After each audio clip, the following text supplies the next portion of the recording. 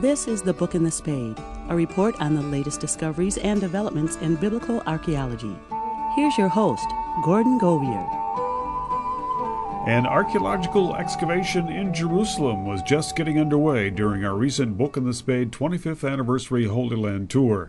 So on the first day of the dig, called the Mount Zion excavation, we made our way to the dig site to find out in person what was going on.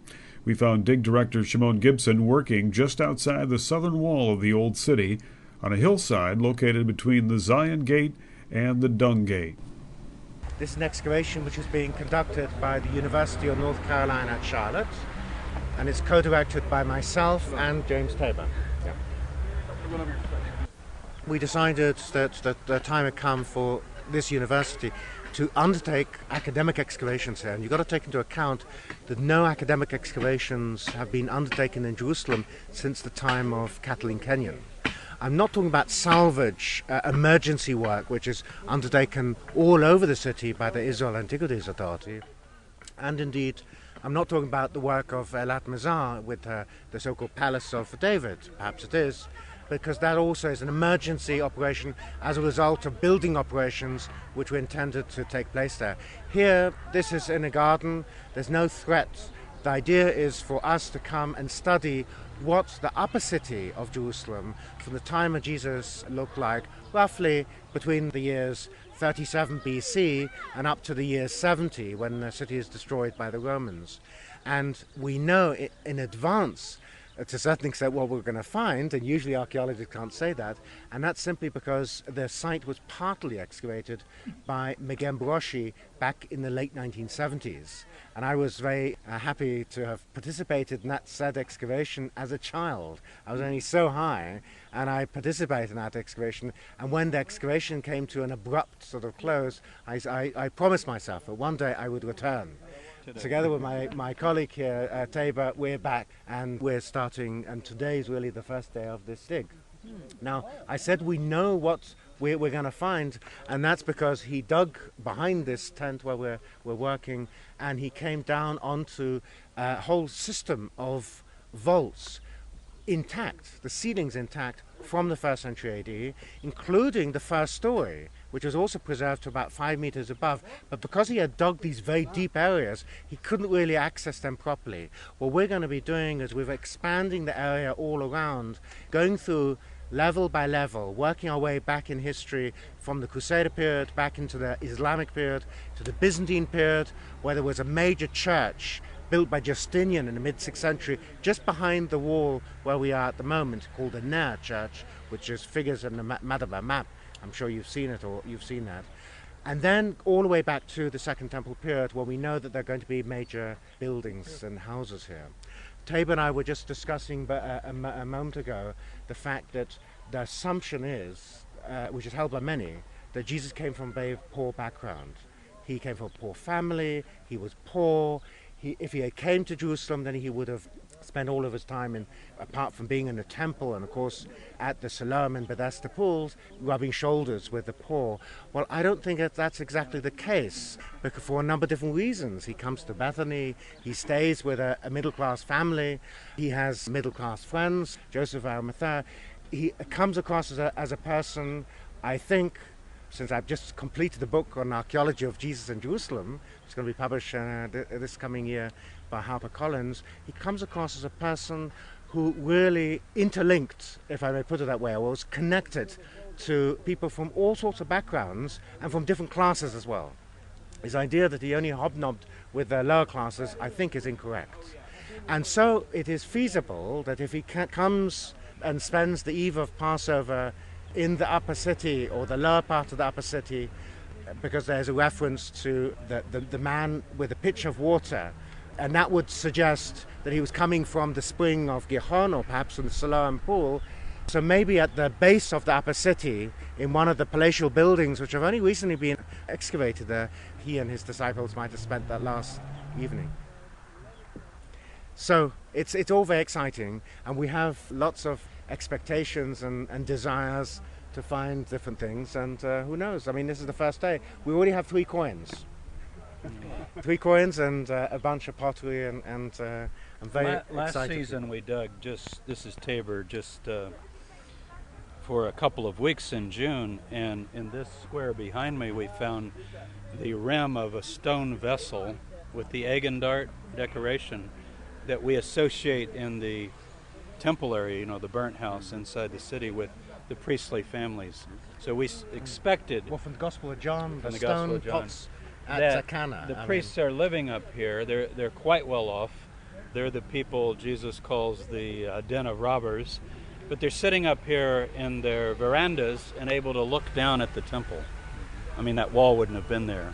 And it's sort of a nice view. We also found a Pontius Pilate coin, which I thought was rather interesting. So That was that was the last time you just checked. the last, but everything is here. I mean, Now, the 3 coins that you found so far, have you been able haven't been able to identify them yet. And we're going to deal a month right now in March, and then in June and July, about 6 weeks. And if any of you want to volunteer, it's open. You go to digmountzion.com, and there's all the information. You can see we have several young folks over here. This fellow's 80 years old. No, he's 75, and he's one of the strongest guys. See? So we don't put an age limit. As long as you can lift this rock, if you can lift this rock, you're okay.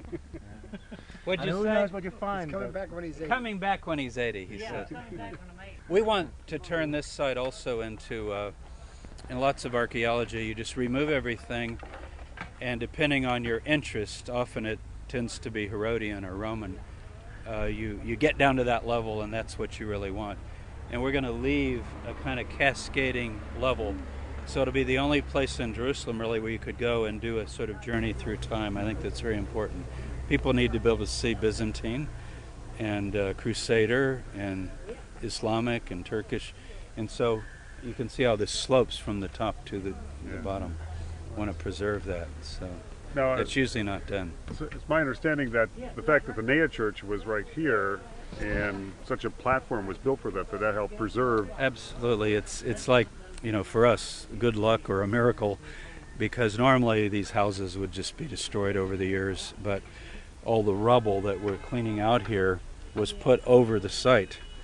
And so those rooms down below where we're standing are intact. They're not collapsed. Do you have any prospect that there might be something beneath the Second Temple period homes? Perhaps, yeah, perhaps. I mean, we would take it down to bedrock, and you would think in the Iron Age, overlooking again the city of David, there might have been things on Mount Zion. It is the highest point. It's puzzling in the Bible. Mount Zion is called the highest mountain, and yet we tend to think of Mount Zion as that valley down that way. So who knows, maybe they're referring to the whole area as Mount Zion, with this being the highest peak. So yeah, it's very possible that there'll be Iron Age material as well down below. How many do you have on site here?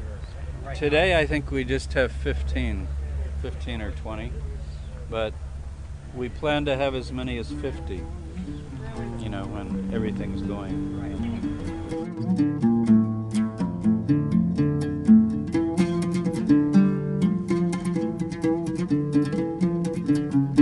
If you've just joined us, we're presenting an on-site interview from our just concluded Book of the Spade 25th Anniversary Holy Land Tour. We happened to be in Jerusalem when archaeologists Shimon Gibson and James Tabor started working on their new excavation on Mount Zion, along the southern wall of the old city of Jerusalem, an area that was probably occupied by the houses of temple priests during the time of Jesus.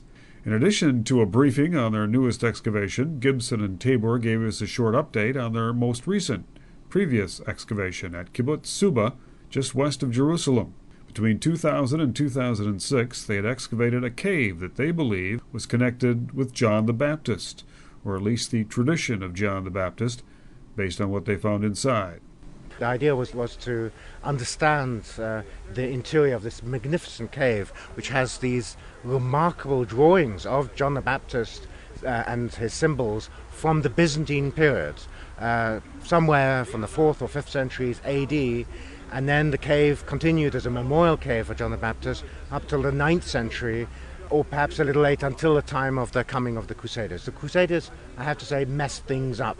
in the sense that if you had local traditions which could be traced back in time to those who wrote the Gospels, or indeed even back to the time of Jesus, those traditions were disrupted quite viciously, I would put, by the Crusaders who came, rampaged across the country, seeking out relics to take back as trophies to Europe. And as a result, those original traditions are lost to us, which is a pity.